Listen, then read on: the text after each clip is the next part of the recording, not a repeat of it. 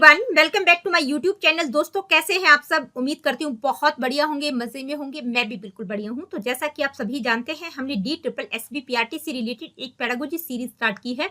तो आज की इस वीडियो में उसी सीरीज का नेक्स्ट टॉपिक डिस्कस करेंगे। और आज का हमारा टॉपिक है हर्ज़बर्ग्स टू फैक्टर थ्योरी, यानी कि हर्ज़बर्ग की टू फैक्टर थ्योरी, जो कि एक मोटिवेशन की थ्योरी है। आप सभी जानते हैं हम मोटिवेशन का टॉपिक बिल्कुल डिटेल में कवर कर रहे हैं। तो मोटिवेशन की दो थ्योरीज मैं ऑलरेडी करवा चुकी हूँ। कौन कौन सी? मैस्लो की नीड हायरार्की थ्योरी और एल्डरफर्स की ERG थ्योरी। ठीक है, आज ये हमारी तीसरी थ्योरी है, हर्ज़बर्ग की टू फैक्टर थ्योरी।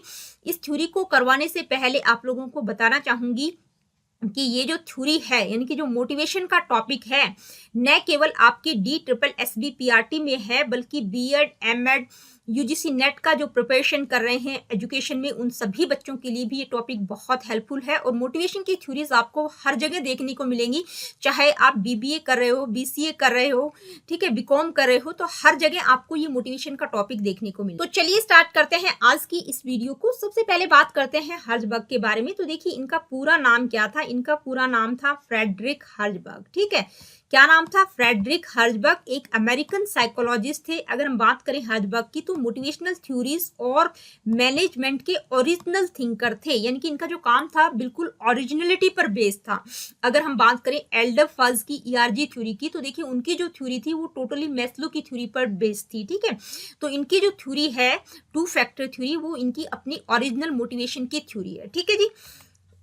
अब इस थ्योरी को जो है टू फैक्टर थ्योरी के नाम से भी जाना जाता है। टू फैक्टर थ्योरी है मोटिवेशन की। इसके अलावा हर्ज़बर्ग्स मोटिवेशन हाइजीन थ्योरी नाम से भी जाना जाता है, और ड्यूअल फैक्टर थ्योरी भी इसको कहा जाता है। टू फैक्टर यानी कि टू फैक्टर की बात की गई है, ड्यूअल फैक्टर भी दो फैक्टर्स की बात की गई है। मोटिवेशन हाइजीन थ्योरी इसको क्यों कहा जाता है, ये मैं आप लोगों को अभी आगे बताऊंगी। तो देखिए, इनकी जो थ्योरी, यानी कि इन्होंने जो थ्योरी प्रपोज की, इनकी जो थ्योरी थी वो किस तरह से एग्जिस्टेंस में आई, उसकी मेथोडोलॉजी क्या थी, पहले उस मेथोडोलॉजी को हम समझते हैं। तो उन्होंने क्या किया, लोगों से एक सिंपल क्वेश्चन पूछा। क्या पूछा? What do people want from their jobs, यानी कि लोग अपनी जॉब से क्या एक्सपेक्ट करते हैं, क्या चाहते हैं वो अपनी जॉब से। और जो दूसरा क्वेश्चन था वो क्या था? He asked people to explain when in job they felt good and when they felt bad. और उन्होंने लोगों से पूछा कि आप एक्सप्लेन कीजिए कि जब आप जॉब में होते हैं तो कौन सी सिचुएशंस ऐसी होती हैं जब आप अच्छा फील करते हैं और कब आप बुरा फील करते हैं। ठीक है, तो बेसिकली हर्ज़बर्ग क्या कर रहे थे, वो लोगों की एक्सपेक्टेशंस को मेजर कर रहे थे, यानी कि जॉब के प्रति लोगों की क्या एक्सपेक्टेशंस है। तो कहीं ना कहीं इस थ्योरी में जो है दो क्वेश्चन इंक्लूड हैं। कौन कौन से? First is what do people want from their jobs, and second one is what do people felt good about their jobs and what do people felt bad about their jobs। तो ये कहीं ना कहीं उनकी थ्योरी से related की question थे। जब उन्होंने ये क्वेश्चन पूछा तो लोगों ने क्या किया, रिस्पॉन्ड करना शुरू किया, यानी कि लोगों ने रिस्पॉन्ड दिए। तो जो रिस्पॉन्सेज आए, the responses were collected and categorised into two categories. तो जो भी रिस्पॉन्सेज आए उसको उन्होंने दो कैटेगरीज में कैटेगराइज किया। कौन कौन सी? First is motivational factor and second is hygiene factor. तो ये रीजन था कि इनकी जो थ्योरी थी उसको मोटिवेशन हाइजीन थ्योरी भी कहा जाता है। क्यों कहा जाता है? क्योंकि इसमें दो फैक्टर्स की बात की गई है, मोटिवेशनल फैक्टर्स और hygiene factors. That's the reason this theory is called motivation hygiene theory. तो इस थ्योरी की जो की फाइंडिंग्स निकल कर आई, वो की फाइंडिंग्स जो है बहुत ज्यादा इंटरेस्टिंग थी। क्या थी? कि जो सेटिस्फाइड लोग थे, जो अपनी जॉब से सेटिस्फाइड थे, वो कौन कौन सी चीजों से सेटिस्फाइड थे। तो इसको इन्होंने क्या कहा? इंट्रिंसिक या मोटिवेशन फैक्टर्स। किस तरह से वो सेटिस्फाइड थे? They are looking for advancement, they are looking for recognition, they are looking for responsibilities, they are looking for achievement. यानी कि इन सब चीजों के लिए वो काम करना चाह रहे थे, इन सब चीजों से वो सेटिस्फाइड थे, ये चीज उनको मोटिवेट कर रही थी। इसको उन्होंने क्या कहा? इंट्रिंसिक मोटिवेशन फैक्टर, या आप इसको सेटिस्फायर भी कह सकते हैं। ऑन द अदर साइड, यानी कि दूसरी तरफ क्या था, यानी कि जो व्यक्ति अनसेटिस्फाइड थे या डिससेटिस्फाइड थे, उनका क्या कैटेगराइजेशन था, वो कौन कौन सी चीजें थी जिससे लोग डिससेटिस्फाइड थे। ठीक है, तो डिससेटिस्फैक्शन को उन्होंने एक्सट्रिंसिक या हाइजीन फैक्टर्स का नाम दिया है, या इनको मेंटेनेंस फैक्टर्स या डिससेटिस्फायर भी कहा जा सकता है। तो कौन कौन सी चीजों से व्यक्ति परेशान थे, यानी कि सुपरविजन से वो परेशान थे, कहीं ना कहीं पे या सैलरी को लेकर उनको परेशानी हो रही थी, कुछ लोग कंपनी की पॉलिसीज से खुश नहीं थे, वर्किंग कंडीशन उनकी बेहतर नहीं थी, रिलेशनशिप उनके सबॉर्डिनेट्स या एम्प्लॉयज के साथ बेहतर नहीं थे, ये सारी चीजें थी जिसके कारण जो है लोग डिससेटिस्फाइड थे। तो ये कुछ रीजन थे जो निकलकर सामने आए कि जो सेटिस्फाइड पीपल थे उन्होंने क्या कहा और जो अनसेटिस्फाइड या डिससेटिस्फाइड पीपल थे उनका क्या कहना था। तो उन्होंने कंक्लूड किया कि जो सेटिस्फैक्शन के फैक्टर्स हैं वो किससे डिफरेंट है, जो अनसेटिस्फैक्शन या डिससेटिस्फैक्शन के फैक्टर से बिल्कुल डिफरेंट है। तो उन्होंने क्या कंक्लूड किया कि अगर ये जो डिससेटिस्फैक्शन के फैक्टर हैं यानी कि जो हाइजीन फैक्टर्स हैं इनको इलिमिनेट कर दिया जाए, इलिमिनेट का मतलब इनको रिमूव कर दिया जाए, या जैसे सुपरविजन को बेहतर कर दिया जाए, सैलरी को अच्छा कर दिया जाए, कंपनी पॉलिसीज को बेहतर कर दिया जाए, वर्किंग कंडीशन या सबॉर्डिनेट्स के साथ उनके रिलेशनशिप बेहतर हो जाए, तो क्या होगा कि सिर्फ डिससेटिस्फैक्शन रिमूव होगा। ठीक है, यानी कि डिससेटिस्फैक्शन को दूर करेंगे, यहाँ पर मोटिवेशन नहीं होने जा रहा, यानी कि मोटिवेशन के फैक्टर तो बिल्कुल अलग है। ठीक है, तो सिर्फ डिससेटिस्फैक्शन दूर होगा, मोटिवेशन नहीं होगा। तो हर्जबर्ग ने क्या किया, यानी कि उन्होंने जो ट्रेडिशनल व्यू पॉइंट था उसको बिल्कुल चेंज कर दिया। देखिए ट्रेडिशनल व्यू पॉइंट क्या कहता है कि भाई सेटिस्फैक्शन का ऑपोजिट क्या होगा, डिससेटिस्फैक्शन। लेकिन हर्जबर्ग का व्यू क्या है, यानी कि हर्जबर्ग ने एक नई थ्योरी दी जिसका दो कॉन्टिन्यूम हो सकते हैं। कौन कौन से, यानी कि सेटिस्फैक्शन का ऑपोजिट होगा नो सेटिस्फैक्शन जिसको उन्होंने मोटिवेटर्स कहा है, और डिससेटिस्फैक्शन का ऑपोजिट होगा नो डिससेटिस्फैक्शन जिसको उन्होंने हाइजीन फैक्टर्स दिया है। तो हर्जबर्ग ने जो ये नया कॉन्टिन्यूम बनाया उसके पीछे उन्होंने रीजन क्या दिया, उनका मानना था कि जो डिससेटिस्फैक्शन के फैक्टर हैं वो मोटिवेशन के फैक्टर से बिल्कुल डिफरेंट है। यानी कि अगर ये जो डिससेटिस्फैक्शन के फैक्टर्स हैं इनको कम कर दिया जाए, रिड्यूस कर दिया जाए, तो उससे मोटिवेशन इंक्रीज नहीं हो रहा। क्यों नहीं हो रहा, क्योंकि जो मोटिवेटर्स हैं यानी कि जो मोटिवेशन के फैक्टर हैं वो तो बिल्कुल डिफरेंट। तो हर्जबर्ग ने कौन सी टू फैक्टर्स की बात की है, मोटिवेटर्स और हाइजीन फैक्टर। यहां से ही आपको क्लैरिटी हो गई होगी, लेकिन ये जो दो फैक्टर्स हैं इनकी क्या क्या कैरेक्टरिस्टिक्स हो सकती हैं एक बार हम और डिटेल में इनको समझ लेते हैं। तो सबसे पहले हम बात करेंगे हाइजीन फैक्टर्स की। तो मैं पहले ही बता चुकी हूँ हाइजीन फैक्टर्स को मेंटेनेंस फैक्टर्स या एक्सट्रिंजिक फैक्टर्स या इनको जो है डिससेटिस्फायर भी कहा जाता है। ये किससे रिलेटेड होते हैं, जो कि कंडीशन से रिलेटेड होते हैं। ठीक है, ये क्या करते हैं, ये सिर्फ डिससेटिस्फैक्शन को रिमूव करते हैं, एक तरह से प्रिवेंटिव मेजर का काम करते हैं। जैसे अगर हम बात करें फिजिकल हाइजीन की, देखिए हाइजीन अपने आप में खुद मेडिकल टर्म है। ठीक है, they do not lead to growth, यानी कि ग्रोथ को नहीं इंक्रीज करेंगे, ये किससे प्रिवेंट करेंगे, डिट्रोरेशन, यानी कि जो बीमारी है किसी व्यक्ति को, फिजिकल प्रॉब्लम है उसको दूर करेंगे। ठीक है, उससे व्यक्ति की ग्रोथ नहीं होने जा रही। तो देखिए ये जो हाइजीन फैक्टर्स हैं ये पॉजिटिव सेटिस्फैक्शन को बढ़ाते नहीं है लॉन्ग टर्म के लिए। ये क्या करते हैं, अगर ये नहीं होंगे तो क्या होगा, डिससेटिस्फैक्शन बढ़ जाएगा।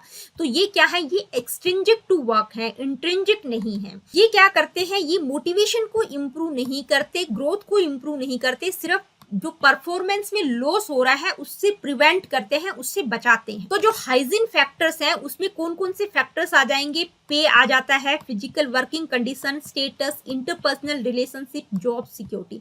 तो ये वो फैक्टर्स हैं, यानी कि पे को इंक्रीज कर दें, फिजिकल वर्किंग कंडीशन अच्छी हो जाए, स्टेटस को बढ़ा दिया जाए, उनके आपसी संबंध बेहतर हो जाए, उनको जॉब की सिक्योरिटी रहे। तो इससे क्या होगा, एम्प्लॉयज के बीच जो डिससेटिस्फैक्शन था वो क्या होगा, वो कम हो जाएगा, वो रिमूव हो जाएगा। लेकिन इससे मोटिवेशन इंक्रीज नहीं होगा, क्योंकि मोटिवेशन के फैक्टर तो दूसरे हैं। तो हाइजीन फैक्टर्स और मेंटेनेंस फैक्टर्स का मतलब क्या होता है, कौन कौन से होते हैं हाइजीन फैक्टर्स और इनका काम क्या होता है, आई होप आप लोगों को क्लियर हुआ होगा। अब हम बात करेंगे मोटिवेटर्स या इंट्रिंजिक फैक्टर्स को। तो हमने देखा कि भाई हर्जबर्ग का क्या मानना है कि जो हाइजीन फैक्टर्स हैं वो बिल्कुल डिफरेंट होते हैं किससे, मोटिवेटर्स या मोटिवेशन के फैक्टर से। मोटिवेशन के फैक्टर क्या करते हैं, पॉजिटिव सेटिस्फैक्शन को इंक्रीज करते हैं। ये क्या होते हैं, इनहेरेंट टू वर्क होते हैं, इंट्रिंजिक होते हैं। ठीक है, ये क्या करते हैं, यानी कि ये मोटिवेट करते हैं एम्प्लॉयज को किसके लिए, सुपीरियर परफॉर्मेंस के लिए। Any manager wish to increase motivation and performance above the average level, they must enrich the work and increase a person's freedom on the job. देखिए कोई मैनेजर अगर ये जो मोटिवेशन के फैक्टर्स है इनको इंक्रीज कर देता है तो क्या होगा, वर्क भी इनरिच होगा, यानी कि काम भी व्यक्ति बेहतर तरीके से करेंगे, उनकी जॉब के प्रति जो फ्रीडम है वो भी इंक्रीज होगी। तो ये जो मोटिवेशन के फैक्टर हैं ये क्या करते हैं, सेटिस्फैक्शन प्रोवाइड करते हैं जो परफॉर्मेंस के प्रति, तो इनको क्या कहा जाता है, सेटिस्फायर भी कहा जाता है। कौन कौन से हैं मोटिवेशन के फैक्टर, रिकॉग्निशन, यानी कि इस तरह के लोग क्या करते हैं, they are looking for recognition, they are looking for sense of achievement, responsibility, growth के लिए ये लोग काम करते हैं। ठीक है, हर्जबर्ग के द्वारा जो टू फैक्टर्स की बात की गई है, हाइजीन फैक्टर्स और मोटिवेटर्स, इनको हमने बिल्कुल डिटेल में समझा। अब आप लोगों को पता होना चाहिए कि ये जो दो फैक्टर्स की बात इनके द्वारा की गई है इनमें में किस तरह का रिलेशनशिप है। तो यहाँ पर आप देख सकते हैं इनमें किस तरह का रिलेशनशिप है, यानी कि जो मोटिवेटर्स हैं वो क्या करते हैं, इंक्रीज करते हैं किसको, जॉब सेटिस्फेक्शन को। लेकिन जो हाइजीन फैक्टर्स है वो क्या करते हैं, यानी कि ये जो पुअर हाइजीन फैक्टर्स हैं ये डिक्रीज करते हैं एम्प्लॉयज जॉब सेटिस्फेक्शन को। ठीक है, अगर ये जो हाइजीन फैक्टर्स हैं ये अच्छे नहीं होंगे तो क्या होगा, डिक्रीज होगा जॉब सेटिस्फेक्शन। ठीक है, तो इसमें किस तरह का रिलेशनशिप है, इनवर्स रिलेशनशिप। तो दोस्तों ये थी हर्जबर्ग की टू फैक्टर थ्योरी, जिसमें उन्होंने टू फैक्टर्स की बात की है, हाइजीन फैक्टर्स और मोटिवेशन फैक्टर्स। ठीक है, इन दोनों तरह के फैक्टर्स में किस तरह का रिलेशनशिप है, किस तरह की कैरेक्टरिस्टिक्स इनकी होंगी, ये हमने बिल्कुल डिटेल में समझा। अब एक और एग्जाम्पल से इस कॉन्सेप्ट को मैं आप लोगों को क्लियर करने की कोशिश करती हूँ ताकि ये थ्योरी आप लोगों को बिल्कुल अच्छे से समझ आ जाए। ठीक है, टू फैक्टर्स की बात कौन करते हैं, हर्जबर्ग करते हैं। कौन कौन से टू फैक्टर्स हैं, हाइजीन फैक्टर्स और मोटिवेशन के फैक्टर्स। उन्होंने कहा जॉब सेटिस्फेक्शन कब होगा और जॉब डिससेटिस्फेक्शन कब होगा। तो जो जॉब सेटिस्फेक्शन है वो किससे इन्फ्लुएंस है, हमने अभी पीछे देखा, यानी कि मोटिवेशन के जो फैक्टर्स हैं वो किसको इन्फ्लुएंस करते हैं, जॉब सेटिस्फेक्शन को। यानी कि अगर ये जो मोटिवेशन के फैक्टर्स हैं इनको इंप्रूव कर दिया जाए तो क्या होगा, जॉब सेटिस्फेक्शन इंक्रीज हो जाएगा। ठीक है, कौन कौन से फैक्टर्स हैं, अचीवमेंट है, रिकॉग्निशन है, responsibility, the work itself, advancement, personal growth. ये किसके फैक्टर्स हैं, यानी कि कौन से फैक्टर्स हैं, ये मोटिवेटर्स हैं। ठीक है, अगर इनको इंक्रीज कर दिया जाए तो क्या होगा, जॉब सेटिस्फेक्शन इंक्रीज हो जाएगा। अब दूसरी तरफ वो जॉब डिससेटिस्फेक्शन की बात करते हैं। अब ये जो डिससेटिस्फेक्शन वाले फैक्टर्स हैं ये किससे इन्फ्लुएंस होते हैं, हाइजीन फैक्टर से। तो उनका मानना है कि अगर ये जो हाइजीन फैक्टर्स हैं इनको इंप्रूव कर दिया जाएगा तो जॉब के प्रति जो डिससेटिस्फेक्शन है वो थोड़ा सा कम हो जाएगा। यानी कि कौन कौन से फैक्टर्स हैं, यानी कि वर्किंग कंडीशन उनकी बेहतर नहीं है, कोवर्कर के साथ रिलेशनशिप अच्छे नहीं है, पॉलिसीज और रूल्स अच्छे नहीं है, base wage, salary, supervisor quality. ठीक है, अगर इनको अच्छा कर दिया जाए तो क्या होगा कि जो लोगों को डिससेटिस्फेक्शन था वो क्या होगा, वो कम हो जाएगा। तो दोस्तों ये थी हर्जबर्ग की टू फैक्टर थ्योरी। अब इस थ्योरी का कुछ क्रिटिसिज्म भी हुआ है। तो क्या क्या क्रिटिसिज्म हुआ है, कुछ मेन पॉइंट्स यहाँ हम डिस्कस कर रहे हैं। फर्स्ट पॉइंट क्या है, the factors considered very narrow in scope. यानी कि जो फैक्टर कंसीडर किए गए हैं, सिर्फ टू फैक्टर्स की बात की गई है तो वो क्या है, नैरो स्कोप है, और भी फैक्टर्स वो इंक्लूड कर सकते थे। ठीक है, the overall methodology of the theory was question. देखिए ये जो थ्योरी की मेथोडोलॉजी है ये अपने आप में ही एक क्वेश्चन बनी हुई है, यानी कि बहुत सारे लोगों ने इसको माना ही नहीं, क्योंकि उन्होंने जो दो कॉन्टिन्यूम की बात की है वो लोगों को समझ ही नहीं आया। Next, Herzberg assumed that satisfaction is connected to productivity। देखिए उन्होंने कहा कि जो लोग सेटिस्फाइड हैं वो प्रोडक्टिव होंगे। तो ये बिल्कुल ऐसा नहीं है, क्योंकि बहुत सारे ऐसे रिसर्चेज आए, बहुत सारी स्टडीज हुई जिसमें ये भी प्रूव हुआ है कि जो लोग सेटिस्फाइड हैं वो प्रोडक्टिव नहीं है। Next, the theory was inconsistent in nature. देखिए बहुत ही इनकंसिस्टेंसी है थ्योरी में, कहीं पर भी कंसिस्टेंसी आपको देखने को नहीं मिलेगी। तो ये कुछ मेन पॉइंट थे जिसके कारण इनकी इस थ्योरी का क्रिटिसिज्म भी हुआ है। तो दोस्तों ये थी हर्जबर्ग की टू फैक्टर थ्योरी। अगली थ्योरी में हम क्या डिस्कस करेंगे, यानी कि कौन सी मोटिवेशन की थ्योरी को करेंगे। अगली थ्योरी में हम बात करेंगे मैक्लेलैंड की नीड थ्योरी, 3 नीड थ्योरी है, उसको हम बिल्कुल डिटेल में समझेंगे। तो मिलती हूँ आप लोगों से अपनी अगली वीडियो में। Really good, take care of yourself. किसी प्रकार का क्वेश्चन, क्वेरीज, फीडबैक, कुछ पूछना चाहते हैं, कुछ बताना चाहते हैं, do comment in the comment section.